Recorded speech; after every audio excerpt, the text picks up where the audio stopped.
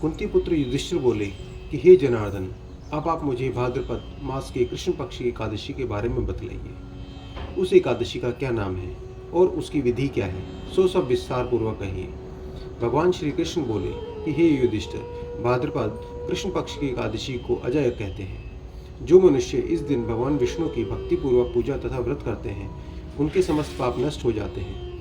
इस लोक तथा परलोक में सहायता करने वाली इस अजय एकादशी व्रत के समान संसार में दूसरी कोई एकादशी नहीं है। इस एकादशी की कथा इस प्रकार से है। प्राचीन काल में एक चक्रवर्ती राजा राज्य करता था, जिसका नाम हरिश्चंद्र था। वह अत्यंत वीर, प्रतापी तथा सत्यवादी था।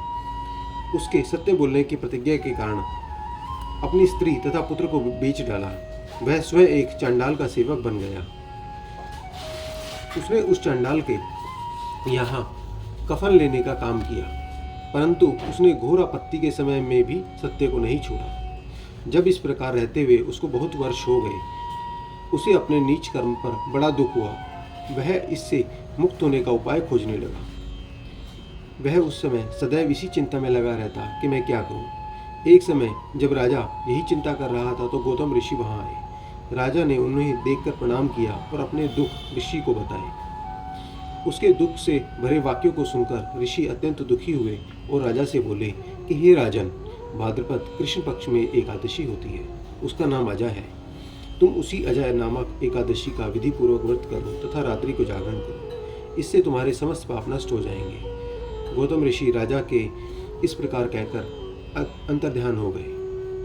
अजय नाम की एकादशी आने पर राजा ने मुनि के कहे अनुसार विधि पूर्वक व्रत तथा रात्रि जागरण किया। उसी व्रत के प्रभाव से राजा के समस्त पाप नष्ट हो गए। उसने अपने सामने ब्रह्मा, विष्णु, इंद्र, महादेव आदि देवताओं को खड़ा पाया। उसने अपने मृतक पुत्र को जीवित तथा स्त्री को वस्त्र तथा आभूषणों से युक्त देखा। व्रत के प्रभाव से उसको पुनः राज्य मिला और अंत समय अपने परिवार सहित स्वर्गलोक को गया। ओम नमो भगवते वासुदेवाय। ओम नमो भगवते वासुदेवाय। ओम नमो भगवते वासुदेवाय।